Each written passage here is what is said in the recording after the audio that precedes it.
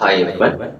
In this class, we are going to discuss about capacitance concept and also discussed about parallel plate capacitor, coaxial cable capacitor, spherical capacitors, and composite parallel plate capacitors. So first, we are going to discuss about what is the capacitor, what is the capacitance. Let us consider the region. In that region, consider two conducting materials. M1 and M2 are the two conducting materials. These two conducting materials are filled with dielectric permittivity epsilon. The material M1 carries positive charge and the material M2 carries negative charge. These two charges are equal and there are no other charges present here. The total charge of the system is 0. The total charge of the system is 0. In conductors, the charge cannot exit within the conductor. The charge can exit only on the surface of the conductor. In conductors, the charge cannot reside within the conductors, and the charge can exist only on the surface of the conductors.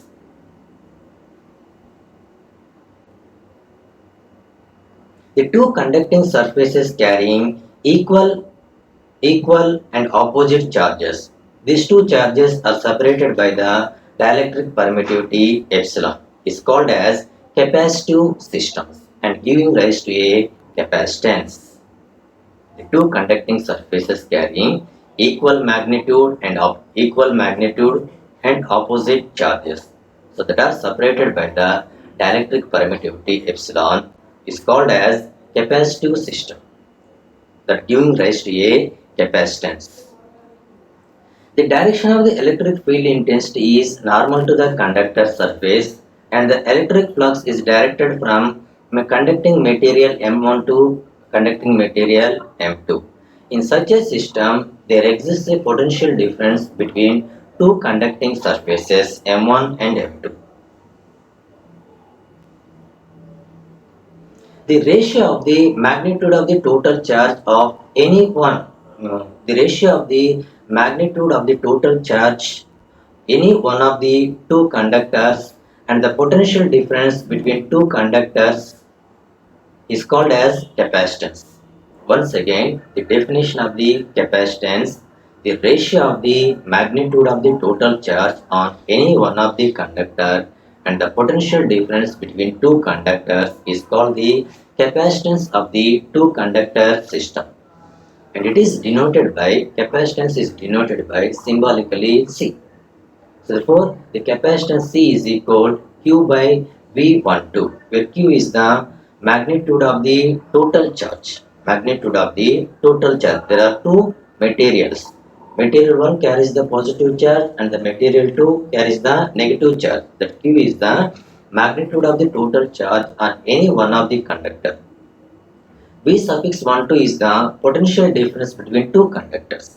That V12 is simply represented as V, that is equal Q by V, where C is the capacitance and it is measured in farads, and Q is the charge and it is measured in coulombs, and V is the potential difference and it is measured in volts. So 1 farad is equal 1 coulomb per 1 volt. 1 farad is equal 1 coulomb per 1 volt. The capacitance is not the function of the charge, electric field intensity, electric flux density, and the potential difference. The capacitance depends upon the physical dimensions of the system and the properties of the dielectric, that is, permittivity of the dielectric. The capacitance depends on the physical dimensions of the system and also depends upon the properties of the dielectric, such as permittivity of the dielectric. So that is the definition of the capacitance or concept of the capacitance. So next we are going to discuss about parallel plate capacitor. Parallel plate capacitor. Let us consider two parallel metallic plates, and this is the plate 1 and this is plate 2. Plate 1 carries positive charge and it is distributed over its charge density is rho s coulombs per meter square, and this is plate 2. Plate 2 carries the negative charge and it is distributed over its charge density is minus rho s coulombs per meter square, and these two plates are separated by these two. The space between these two plates is filled with dielectric permittivity epsilon, and the space between these two dielectric materials is d.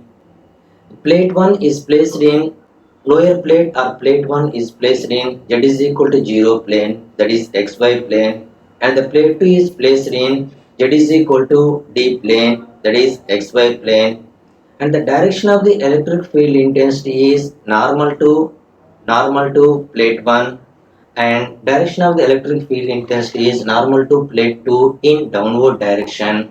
And the direction of the electric field intensity, plate 1 carries the positive charge, because of that the direction of the electric field intensity is normal to upward direction from plate 1. Plate 2 carries the negative charge, because of that the direction of the electric field intensity is normal to plate 2 in downward direction. So find out the electric field intensity between two parallel plates.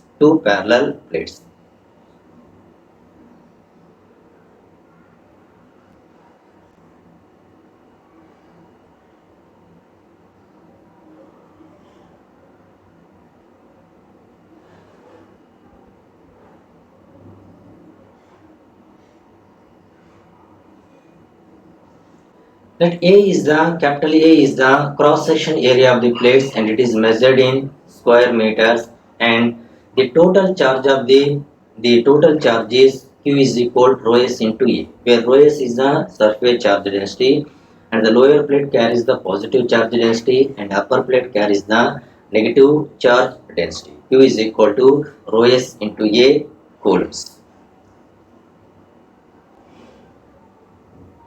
Assuming plate 1 and the lower plate or plate 1 is assumed to be infinite sheet of the charge.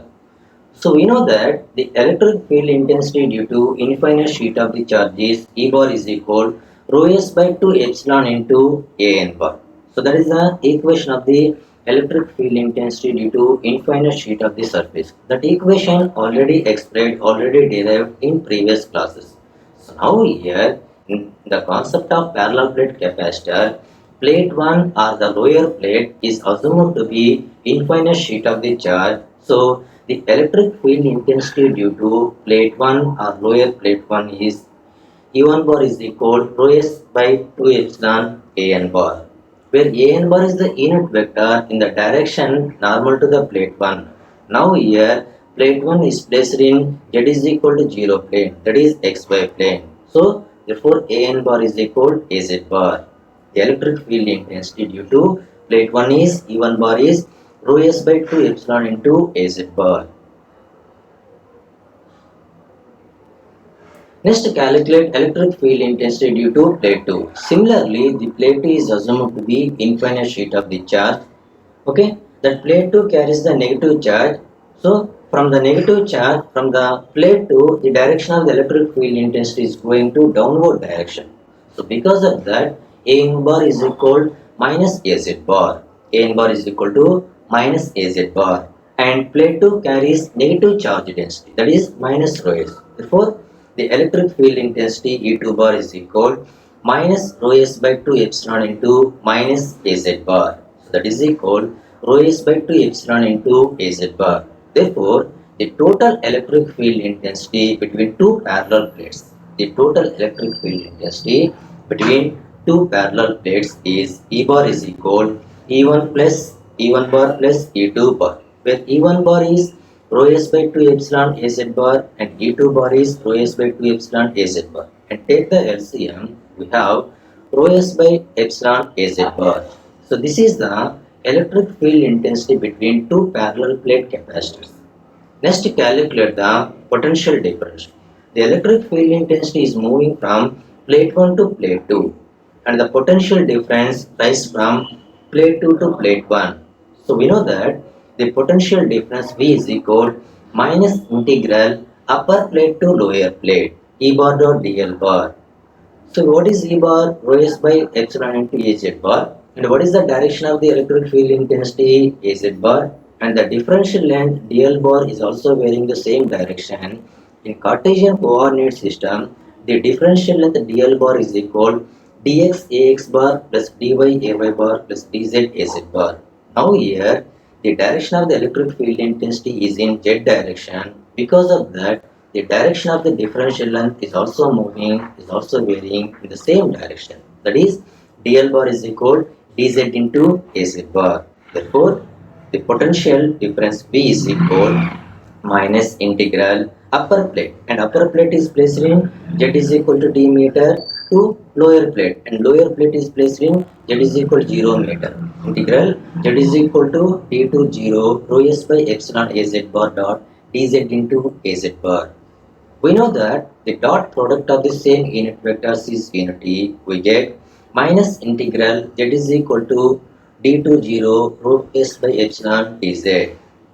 So rho s by epsilon is constant, that is written before integration. Integral 1 dz is z over d to 0, and after applying the limits we get rho s d rho s by epsilon into d, and after substituting upper value and lower value of z we get the resultant value of the potential difference V is rho s d by epsilon. Next, calculate the capacitance. The capacitance C is equal Q by V. So what is the total charge of the plates?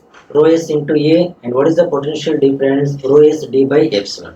And numerator and denominator rho s is cancelled. We get epsilon A by d. And this is the equation of the parallel plate capacitor. C is equal to epsilon A by d, where epsilon is the permittivity. That permittivity is filled with between two plates, and A is the cross-section area of the plates, where D is the distance between two plates. Those two plates are separated by the distance d meters. So in this equation, the value of the capacitance depends on the permittivity of the dielectric and cross-section area of the plates and the distance between the two plates. The capacitance is not the function of charge, electric field intensity, electric potential, electric flux density, and potential difference. So this is the concept of parallel plate capacitor. Parallel plate capacitor.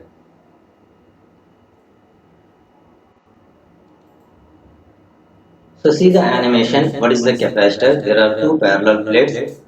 The space between the two plates is filled with dielectric permittivity epsilon, and the value of the capacitance, the value of the parallel plate capacitance AC is equal to epsilon A by D.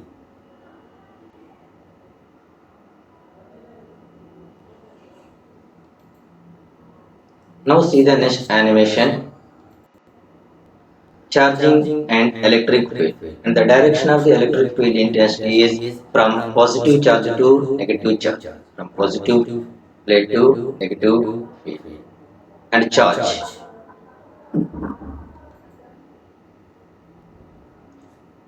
Next one is capacitance of a coaxial cable. Let us consider coaxial capacitor as shown in figure. And this is the coaxial cable capacitor. And this is the inner conductor. And this is the inner conductor. And this is outer conductor. The space between two conductors is filled with dielectric permittivity epsilon, and the radius of the inner conductor is A, and the radius of the outer conductor is D meter. Inner conductor carries the positive charge and its charge density is rho L coulomb per meters, and outer charge carries the negative charge and its charge density is minus rho L coulombs per meters.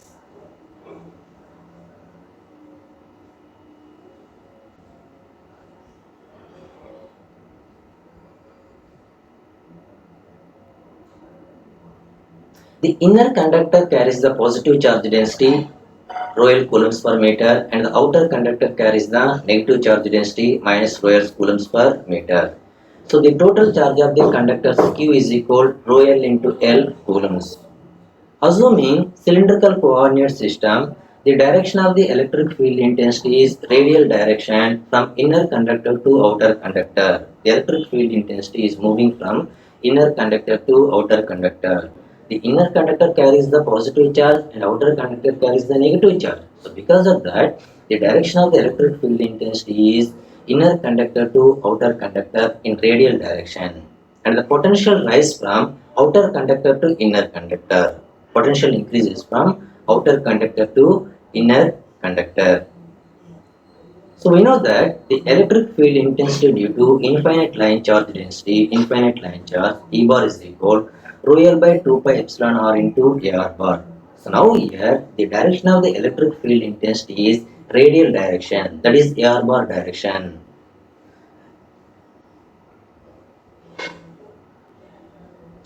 In cylindrical coordinate system, what is the differential vector length? dl bar is equal dr into ar bar plus r d pi into a pi bar plus dz into az bar. Now here the direction of the electric field intensity is radial direction. Because of that, the differential vector length is also moving the same direction, that is radial direction. Therefore, the differential length dl bar is equal dr into ar bar, dr into ar bar. Next, calculate the potential difference. The potential difference V is equal minus.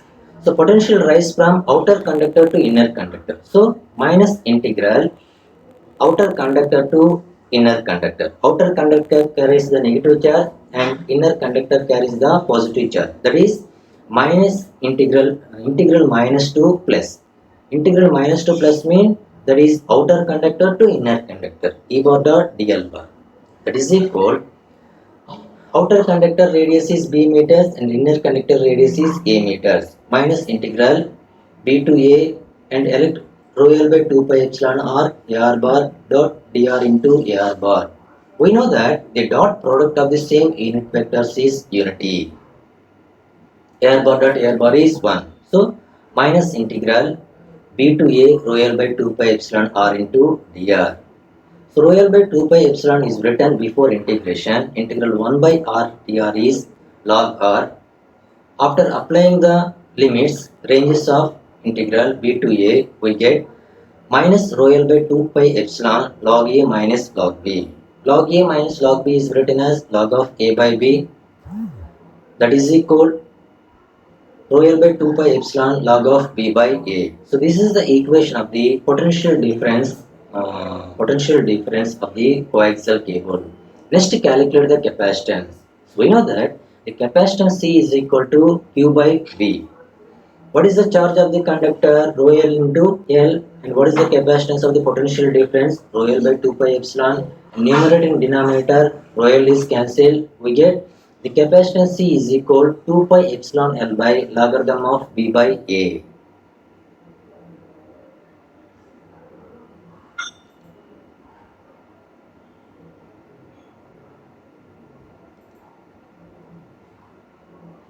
Next concept is spherical capacitors. Find out the capacitance of the spherical.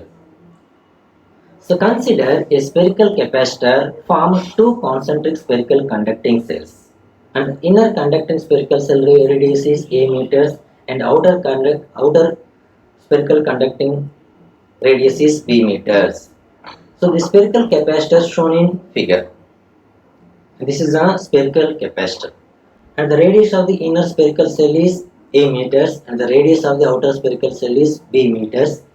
And the inner spherical cell carries the positive charge density, positive charge,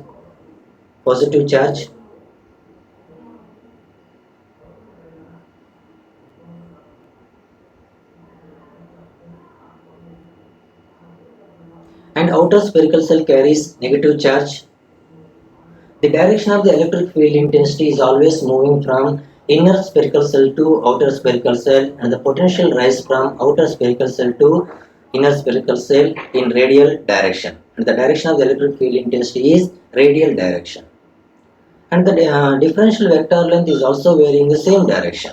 So therefore, the electric field intensity E bar is equal Q by 4 pi epsilon R into AR bar. And what is the direction of the electric field intensity? AR bar direction. So because of that, differential vector length is also moving the same direction. Therefore, dl bar is equal dr into ar bar. Next, calculate the potential. The potential difference V is equal minus integral inner spherical cell to outer spherical cell E bar dot dl bar, and the inner spherical cell radius is b meters, inner spherical cell radius is a meters, and outer spherical cell radius is b meters, minus integral b to a q by 4 pi epsilon r square ar bar dot dr into ar bar. Dot product of the same unit vectors is unity, therefore q by 4 pi epsilon r square. So q by 4 pi epsilon is written before integration, that is equal minus q by 4 pi epsilon integral b to a 1 by r square dr. So integral 1 by r integration is minus 1 by r. And after applying the b to a limits, we get v is equal q by 4 pi epsilon into 1 by a minus 1 by b. Next, calculate the capacitance. The capacitance C is equal to q by v. So what is the potential difference of the spherical cell capacitors? Q by 4 pi epsilon into 1 by a minus 1 by b, and substitute this value into this equation, we get C is equal to q. Numerator and denominator q is cancelled. We get the resultant expression capacitance C is equal 4 pi epsilon by 1 by a minus 1 by b. So this is the equation of the spherical cell capacitor.